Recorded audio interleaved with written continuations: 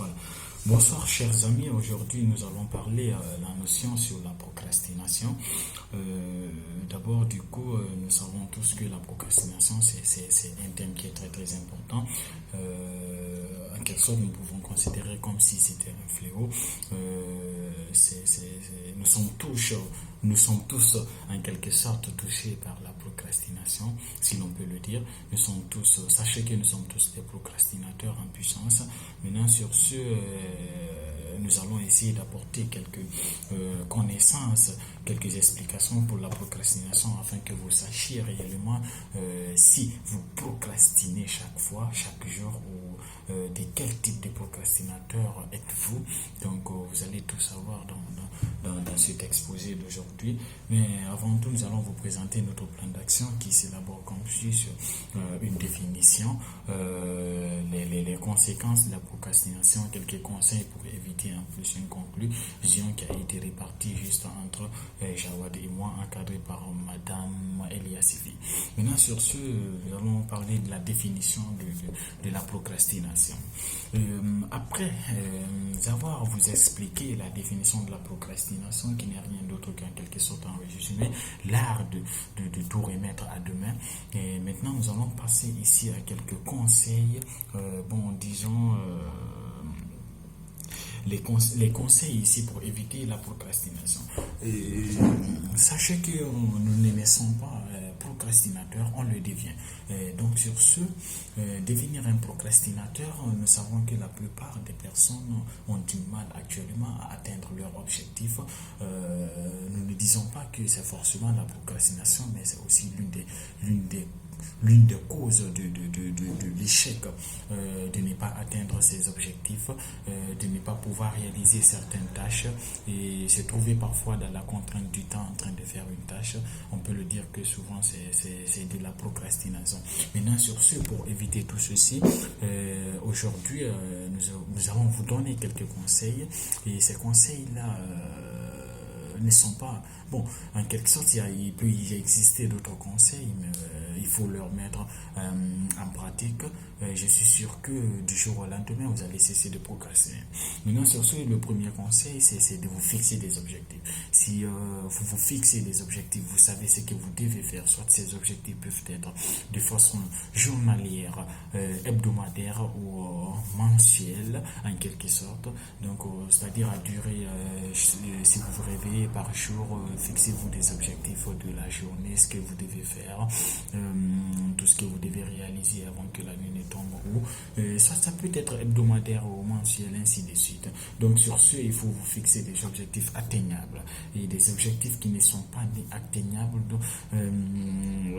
qui vous semblent l'air très difficile à atteindre, va vous décourager dans votre conquête à la réalisation de ces objectifs. Donc fixez-vous des objectifs atteignables. Maintenant, de deux, mettez-vous à l'action. N'attendez pas le bon moment. N'attendez pas le bon moment. N'essayez pas de dire que j'attends jusqu'à ce que je sois libre ou ainsi de suite. Essayez de vous programmer, de vous planifier. Juste mettez-vous à l'action. Et il y a deux règles que vous devez comprendre, des slogans en quelque sorte. Just start it. C'était dans un livre d'un écrivain anglais dont j'ai oublié son nom, j'ignore son nom, The Puzzle of Procrastination. Il a signalé dedans que just start it, que si vous avez cette phrase juste dans la tête, je crois que ça peut vous pousser, vous motiver à commencer un travail. Donc sur ce, il faut juste travailler et je m'excuse, il faut juste commencer un travail et je vous assure que par fini vous allez essayer de prendre goût, continuer à prendre goût dans ce travail et ainsi de suite jusqu'à ce que vous finissez le travail et voilà, à la fin vous avez un résultat qui est impeccable. Donc just start it et la règle de 2 minutes, vous commencez un travail et vous mettez en tête que vous êtes juste là à réaliser ce travail, c'est juste pour 2 minutes. Je vous assure que par fini, si vous apportez quelques concentrations pendant ces 2 minutes, vous allez pouvoir faire 1 heure, 2 heures ou 3 même, qui sont 30 minutes, 2 heures, comme ça sans vous rendre compte que vous avez même dépassé 2 minutes. Donc le plus difficile, c'est de vous mettre en action, c'est de commencer la tâche. Maintenant, troisième partie, c'est organisez-vous. L'organisation, c'est la chose la plus importante aussi. Elle est importante au cas où la personne qui est là n'est pas du tout organisée dans son quotidien, et parfois il faut faire une liste. To-do list ici consiste à énumérer les tâches à faire, les tâches que vous devez réaliser soit pendant toute votre journée, mais parmi ces tâches vous devez placer les tâches par priorité. Quand je dis par priorité, les tâches les plus importantes en premier lieu, après les tâches jusqu'à ce que les tâches moins importantes, ainsi de suite. Donc sur ce, vous devez commencer par des tâches les plus difficiles, évidemment. Toutes les tâches qui sont difficiles, si elles sont fractionnables, c'est-à-dire si vous pouvez découper ces tâches difficiles ou ces grandes tâches-là en des petites tâches, il faut le faire. Parce que nous savons tous que la pyramide n'a pas été construite en un clin d'œil. C'était juste bloc de pierre, après bloc de pierre, après jusqu'à ce que du jour au lendemain, et puis paf, on a la pyramide.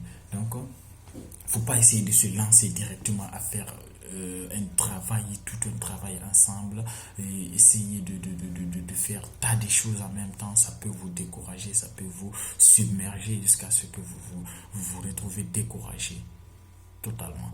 Maintenant, donc sur ce, organisez-vous, faites une liste et essayez de répartir les tâches en priorité, et les tâches qui sont les plus difficiles, s'il y a la possibilité de les détacher, essayez de les détacher. Voilà. Maintenant, sur ce, coupez toute distraction, parce que de nos jours, on ne dit pas qu'il ne faut pas utiliser les réseaux sociaux, il ne faut pas, mais toute chose, il faut accorder un temps. Si tu es